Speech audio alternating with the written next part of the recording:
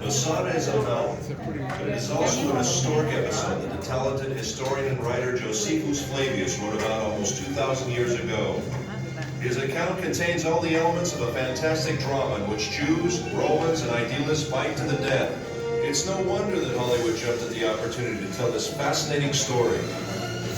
With an impressive set and thousands of extras, they created a colossal film featuring the rebel leader Eleazar, son of Yair, and the Roman commander Flavius Silva in the leading roles. However, in the movie, unlike real life, no one really deals with the dilemmas or personal struggles, and certainly not with the more problematic aspects of the story. Then where should we start our story? We could start with the Hasmoneans, who were the first to discover the advantages of this isolated cliff in the heart of the desert. Or we could start at the end, with a dramatic project of the Masada excavations, with Igal Yadin, the head of the excavation team, who would stand on the mountain and read Josephus Flavius' description of the account, and everyone around him could actually hear the echoes of the fighting. Or we could start the quest with King Herod. Herod, who ruled under the auspices of the Romans, built himself a magnificent fortress here on the mountain, which was to be his sanctuary in troubled times, and believe me, he really had troubles. Herod, like any other king, built his palaces to the highest standards of his day. One of them is this Western palace. Herod's architect was probably a short guy. Here he built himself a bathhouse, and he would put his lamp here and enter his bath. What can I tell you? This king loved the good life. Until now, we spoke about Herod. It wasn't the splendor of Herod's style that made Masada what it is today. The year is 66 AD. The Jews rebel against the Roman Empire. 4 years later, the temple is destroyed. Jerusalem falls. Everywhere else, the rebels were suppressed. Masada is the last stronghold where there are still Jewish rebels.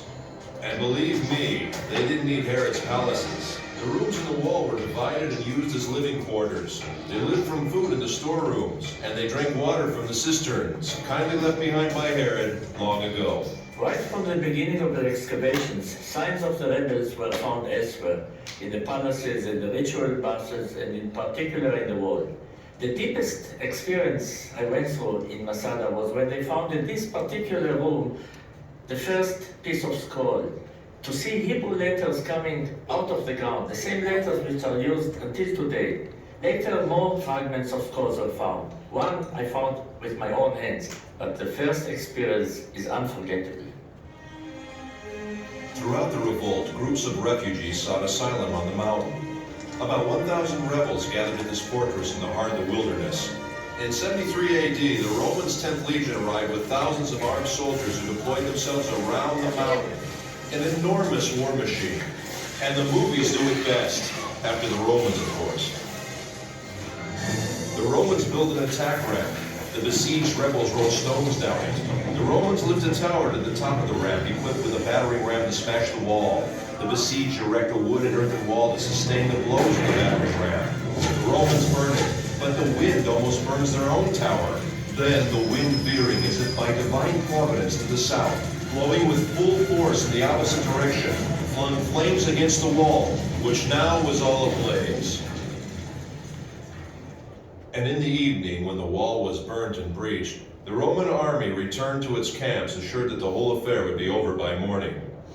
But Eleazar had ideas of his own. This is it, the last night. My friends, we've reached the climax of the drama. However, unlike the movie, here apparently the events actually took place. And here at Masada, men with families were forced to decide slavery or death. Eleazar had no doubts, but he had yet to convince his comrades in arms. Ladies and gentlemen, the speech of Eleazar.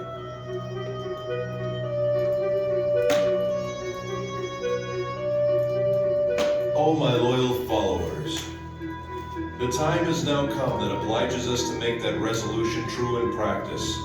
Let our wives die before they are abused, and our children before they have tasted slavery, and preserve ourselves in freedom as an excellent funeral monument for us, as we have preferred death before slavery. Once Yigael Yadin was asked what was the most important artifact he found on Masada. Dozens of priceless objects were found here, he answered. But if I must point to one find, it would be these ostraka. These potsherds. These may be the lots that I'm holding now. Potsherds on which the rebels wrote their names. 10 men who were chosen were the only ones who remained. Their equipment had already burnt, and each of them had already killed his wife and children. Then they drew the lots. Who would kill the 9th man and fall on his own sword? And in the morning the Romans arrived, and besides 2 women and a few children, everyone was dead.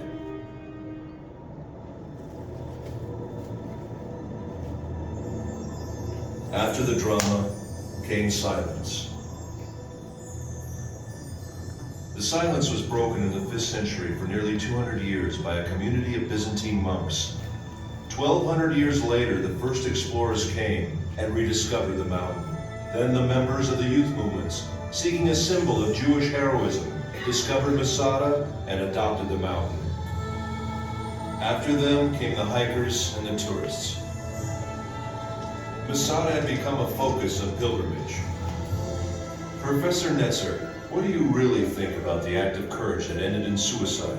Maybe it's the utmost courage to prefer death to a life of slavery. So it's death or freedom? Yes, death as a free man or slavery at the hands of the Romans. Which choice would you make? No matter what, Masada has become a symbol of staunch resistance against a fierce enemy. And if it is a symbol, then perhaps this might be some kind of victory. Ladies and gentlemen, I invite you to climb the mountain.